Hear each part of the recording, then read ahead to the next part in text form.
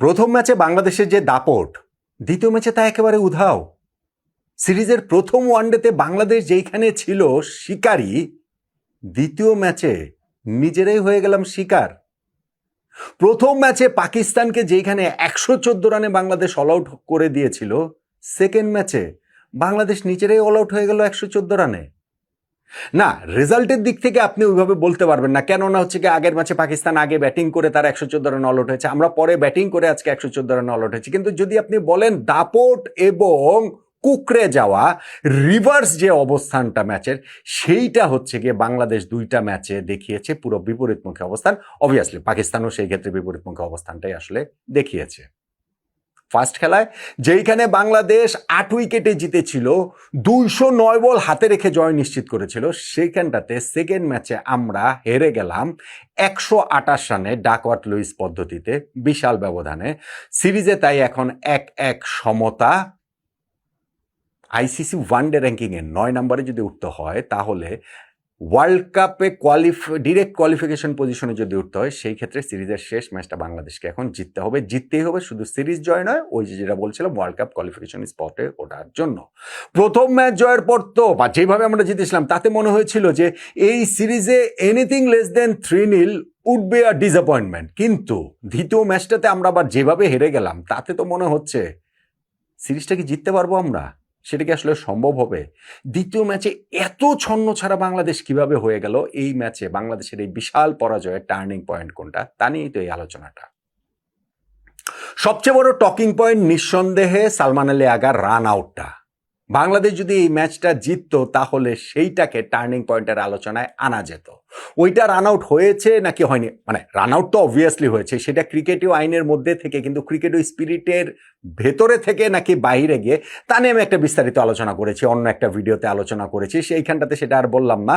কিন্তু আমার ওই যে আর্গুমেন্টটা, সেই আর্গুমেন্টটা খুবই সিম্পল, যে যদি বলটা মিড অনের দিকে না গিয়ে যদি বলটা মিড অফের দিকে যেত, মেহেদী হাসান মিরাজ এইভাবেই যদি বলটা ঠেকাতেন, তাহলে নন স্ট্রাইকিং এন্ডের ব্যাটসম্যান সালমান আলী আগা তিনি কি আসলে বল ওয়াচিং করতেন কিনা, এবং তিনি কি আসলে বল তুলে যেতে দিতেন কিনা, নাকি তিনি ক্রিজে ফেরার চেষ্টাটা করতেন। ফলে ওইখানটাতে আমার মনে হয়েছে যে পাকিস্তানি ব্যাটসম্যানের ব্রেইন ফেড হয়েছিল মুহূর্তের জন্য। তিনি তার যে দায়িত্বটা ব্যাটসম্যান হিসাবে, তার যে আসলে উইকেটটা বাঁচাতে হবে, তার যে আসলে ক্রিজে আগে ফিরতে হবে, সেইটা আসলে তিনি ভুলে গিয়েছিলেন, এবং সেইখানটাতে আমি ক্রিকেট স্পিরিটের বিপক্ষে কিছু দেখি না। যাক, সেটা অন্য ভিডিও তো করেছি, এখানটাতে ওই বিস্তারিত আলোচনা না করলাম। বাংলাদেশ জিতলে সেইটা একটা টার্নিং পয়েন্টের দাবিদার হতো নিঃসন্দেহে। কিন্তু ভাই আমরা তো জিতিনি মানে কি, যে তার ধারে কাছেও তো যেতে পারিনি। 128 রানে আমরা হেরে গেছি ডাকওয়ার্থ লুইস পদ্ধতিতে, বুঝতে পারছেন?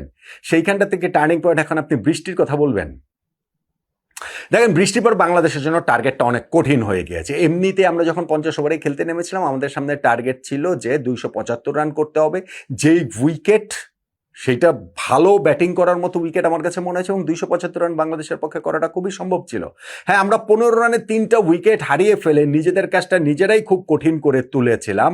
তারপরে যখন বৃষ্টিটা নামলো, 6.3 ওভারে 27 রানে বাংলাদেশে 3 উইকেট, প্রায় 2 ঘন্টা বৃষ্টির কারণে খেলা বন্ধ ছিল। এবং তারপরে যখন আবার খেলাটা শুরু হলো, বাংলাদেশের সামনে রিভাইজ টার্গেট দাঁড়ালো 32 ওভারে 243 রান, অর্থাৎ 50 ওভার থেকে 32 ওভার হয়ে গিয়েছে, 18টা ওভার কমে গিয়েছে। কিন্তু আমাদের যে টার্গেট, প্রথম টার্গেটটা জেনুইন টার্গেট যে 275 ছিল, সেইখান থেকে হয়েছে 243, অর্থাৎ 32 রান মাত্র কমেছে। 18 ওভার কমে গেছে, রান কমেছেও মাত্র 32।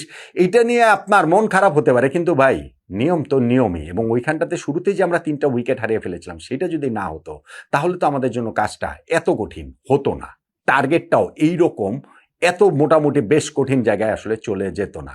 আমাদের এখানটাতে শুরুতেই গত ম্যাচে যে দুর্দান্ত ব্যাটিং করেছিলেন তানজিদ হাসান তামিম, তিনি ডিপ স্কয়ার লেগে ক্যাচ দিয়ে শাহিন আফ্রিদির বলে আউট হয়ে গিয়েছেন।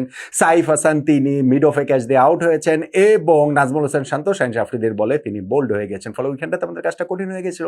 বৃষ্টির পরে সেই রিভাইজ টার্গেটের সময় আমাদের দেখা গেল যে হাতে থাকা বাকি 25.3 ওভারে আমাদের আরো 216 রান করতে হয়, ওভার প্রতি 8.5 রান করে করতে হয়। কঠিন কাজ, নিঃসন্দেহে কঠিন। কিন্তু লিটন দাস এবং তাওহিদ হৃদয়ের পার্টনারশিপের একটা পর্যায়ে তো ছিল আমাদের এরকম যে শেষ 20 ওভারে 176 রান করতে হয়। আপনি যদি ওইভাবে দেখেন যে একটা T20 ম্যাচ 20 ওভারের ইনিংসে 176 রান করতে হবে, হাতে 7 উইকেট রয়েছে, এইটা তো আসলে সম্ভব। কিন্তু বাংলাদেশের ব্যাটসম্যানরা যে দায়িত্বহীন ব্যাটিং করেছেন তাতে করে ওইটা অসম্ভব মানে কি, ওইটা যে এখন সম্ভব আমি বলছি সেটাকেই অনেকের কাছে হাস্যকর শোনাতে পারে। কেননা আমরা মাত্র 114 রানে অল আউট হয়ে গিয়েছি, কেননা আমরা 8.5 ওভার, ওই 32 ওভারের মধ্যেও 8.5 ওভার আসলে ইউজ করিনি। লিটন দাস তিনি 41 রান করেছিলেন, তারপর মাস সাদাকাত, যে মাস সাদাকাত আজকে খুনে ব্যাটিং করেছেন, তিনি বাহাতি স্পিনেও ভেলকি দেখিয়েছেন। মাস সাদাকাত বলে সুইপ করেছিলেন, সেই সুইপটা ব্যাটে বলে কানেক্ট হয়নি, এলবিডব্লিউ এর আবেদন হলো, লিটনের গায়ে বলটা লেগেছিল, আম্পায়ার নট আউট দিয়েছেন, পাকিস্তান রিভিউ নিয়েছে এবং রিভিউ নিয়ে তারা এই লিটন দাসের উইকেটটা তুলে নিলেন। আফিফ হোসেন ধ্রুব এতদিন পরে ওয়ানডে সাইডে তিনি ফিরেছেন, তিনি সেই মাস সাদাকাতের বলে শর্ট মিড উইকেটে ক্যাচ দিয়ে আউট হয়ে গেলেন। মেহেদী হাসান মিরাজ, রিশাদ হোসেন টপাটপ তাদের উইকেট পড়ে গেল, 1 রান 3 রান। ছিলেন যে তাওহিদ হৃদয় পার্টনারশিপটা করেছিলেন লিটন দাসের সঙ্গে, তিনিও যখন আউট হয়ে যান বাংলাদেশে তখন কত গল্পতে আমরা গুটিয়ে যাই, সেরকমই একটা অবস্থা এবং আমরা আলটিমেটলি 114 রানে গুটিয়ে গিয়েছি। বাংলাদেশ এই ম্যাচটা হেরে গিয়েছে 128 রানের বিশাল ব্যবধানে ডাকওয়ার্থ লুইস পদ্ধতিতে। এখন পাকিস্তান যে 274 রান করেছিল সেই জায়গাটাতে আমি বলছিলাম যে টার্নিং পয়েন্টের বা সবচেয়ে টকিং পয়েন্ট তো অবশ্যই সেই রান আউটটা, ওইটা কিন্তু ম্যাচেরও একটা টার্নিং বা ইনিংসের একটা টার্নিং পয়েন্ট ছিল। কিভাবে? পাকিস্তান আগের ম্যাচে 114 রানে অল আউট হয়েছিল যেই দলটা, সেই দলটা আজকে তাদের ওপেনিং পার্টনারশিপেই 103 রান করে ফেলে। পাওয়ার প্লে 10 ওভারে 85 রান, তারপরেও সেটা কন্টিনিউ করে নিয়ে গেছে। এই সময় একবার একটা আউট হয়েছিল বটে নাহিদ রানার বলে সাহেবজাদা ফারহান, তবে রিভিউ নিয়ে তিনি সেই দফা বেঁচে যান এবং তাদের ওই 103 রানের পার্টনারশিপটা যখন ব্রেক হয়, মেহেদী হাসান মিরাজ আমাদের ক্যাপ্টেন তিনি ব্রেক করেছেন। মাস সাদাকাত 46 বলে 75 রানের যে একটা অসাধারণ ইনিংস যিনি খেলেছেন, যিনি ওই যে ফ্লিক করে তাসকিনকে যেই ছক্কাটা মেরেছিলেন, কিংবা হচ্ছে গিয়ে সোজা যেই ছক্কাটা মেরেছিলেন নাহিদ রানাকে, সেগুলো চোখে লেগে থাকার মতো শট। ফাইনালি গিয়ে ওই উইকেটটা যখন পড়ে গেল, 19 রানের মধ্যে আমরা 3টা উইকেট ওদের তুলে নিলাম। সাহেবজাদা ফারহানের উইকেটটাও তাসকিন তুলে নিলেন, থার্ড ম্যানে ক্যাচ দিয়েছেন এবং শামিল তিনিও থার্ড ম্যানে ক্যাচ দিয়েছেন নাহিদ রানার বলে ডিপ থার্ডে। এবং ওই 19 রানে 3 উইকেট তুলে নিয়ে বাংলাদেশ কিন্তু ম্যাচে কামব্যাক করেছিল। সেই কামব্যাক থেকে পাকিস্তান আবার মোহাম্মদ রিজওয়ানের সঙ্গে যে জুটিটা সালমান আলী আগার হয়েছিল 109 রানের, সেইখানটাতেই তারা থ্রেট করছিল স্কোরটাকে 300+ তো বটেই, সেইটা 330-40 আসলে হয়ে যেতে পারত। এবং তখনই ম্যাচের সবচেয়ে সেই আলোচিত অধ্যায়টা চলে আসে, মেহেদী হাসান মিরাজের সেই রান আউট করা সালমান আলী আগাকে সেই সময়টাতে চলে আসে এবং সেইটা দিয়ে তা পাকিস্তানের মেজাজ এতই খারাপ হয়েছিল যে মোহাম্মদ রিজওয়ান ওই ওভারেই মিরাজকে চার্জ করতে গিয়ে তিনিও বাউন্ডারির লাইনে ক্যাচ দিয়ে আউট হলেন। পাকিস্তান ওইখান থেকে 43 রানে, শেষ 43 রানে 7টা উইকেট হারায়, ফলে তারা 274 রানে আটকে যায়। অন্ততপক্ষে 50টা রান তারা এখানে কম করেছে। বাংলাদেশের এই জায়গাটাতে দুর্দান্ত কামব্যাকটা হয়েছে, ফলে বাংলাদেশ যদি এই ম্যাচটা জিততে পারত, এবং আমি মনে করি যে ওই ম্যাচটা বাংলাদেশ জেতার মতো অবস্থাতে ছিল আপনি যদি উইকেটের বিবেচনা। ফার্স্ট ম্যাচেও আমি বলেছিলাম যে পাকিস্তান 114 রানে অল আউট হয়েছে, স্টিল উইকেটটা কিন্তু 250-260 রানের উইকেট ছিল। আমরা খুব দাপটের সঙ্গে ব্যাটিং করেছি অল্প টার্গেট পেয়ে, কিন্তু সেকেন্ড ম্যাচটা যখন ওরা আসলেই 275 রানের টার্গেট আমাদেরকে দিল, আমাদের শেষে গিয়ে এরকম ভালো বোলিং কামব্যাকে ওইটা আমরা 300-র নিচে 350 আমরা টার্গেটটা করলাম।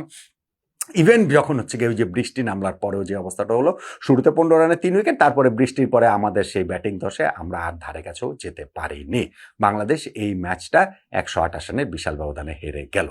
তাহলে এই পরাজয় আসলে টার্নিং পয়েন্ট কোনটাকে বলবেন? বাংলাদেশের এই বিশাল পরাজয়। বাংলাদেশ তো জেতেনি, জিতলে তো আমি বলছিলাম যে মেহেদী হাসান মিরাজের ওই রান আউট সালমান আলী আগাকে, সেইটাকে বলতে পারেন। যেহেতু বাংলাদেশ হেরে গেছে, সেই ক্ষেত্রে অবভিয়াসলি পাকিস্তানের ওই দুইটা পার্টনারশিপ, ওপেনিং পার্টনারশিপে 103 রান এবং তারপরে 19 রানে 3 উইকেট হারানোর পরে যে 109 রানের পার্টনারশিপ গড়ে তুলেছেন সালমান আলী আগা এবং মোহাম্মদ রিজওয়ান, এই দুইটা পার্টনারশিপের কথাটা বলতেই হবে। যে বাংলাদেশের ব্যাটিং ইনিংসের শুরুতেই যে 15 রানে 3 উইকেট হারিয়ে ফেলা, এবং তারপরে অবভিয়াসলি বলতে হবে যে বৃষ্টির কারণে আমাদের কঠিন টার্গেটটাকে আরো অনেক বেশি করে কঠিন করে ফেলা, আমাদের 18 ওভার বৃষ্টির কারণে কমে যাওয়া, রান কমা টার্গেট থেকে মাত্র 32 রান, সেইটাও আমাদের জন্য অনেক টাফ করে দিয়েছে। কিন্তু আমি কোনো অজুহাত খুঁজবো না, বাংলাদেশ এই ম্যাচে একেবারে যাচ্ছে তাই ক্রিকেট খেলে আমরা এইখানটাতে আত্মসমর্পণ করছি। স্পেশালি আমি ব্যাটিং ডিপার্টমেন্টের কথা বলবো, সেই কারণে আমার টার্নিং পয়েন্ট হচ্ছে গিয়ে ব্যাটিং ইনিংসের শুরুতে 15 রানে আমাদের 3 উইকেট হারানোটা, ওইটা বাংলাদেশকে অনেকখানি পিছিয়ে দিয়েছে, যেই কারণে আমাদের বৃষ্টির কারণে ওভার কমে যে আমাদের টার্গেটটাও আরো কঠিন হয়ে গিয়েছে। অন্য ব্যাটসম্যানদের মাঝখানেও এক ধরনের ডাউটের জায়গা তৈরি হয়েছে। ফলে আমি মনে করি যে 15 রানের মধ্যে যে আমরা 2 ওপেনার তানজিদ হাসান তামিম, সাইফ হাসান এবং টপ অর্ডারের আরেকজন নাম্বার 3 নাজমুল হাসান শান্ত, এই 3 জনের উইকেট হারালাম, সেইটাই বাংলাদেশের এই বিশাল পরাজয়ের টার্নিং পয়েন্ট বলে আমার কাছে মনে হচ্ছে। আপনি ভিন্ন মত পোষণ করতেই পারেন, আপনার টার্নিং পয়েন্ট কোনটা সেটাও জানাতেই পারেন।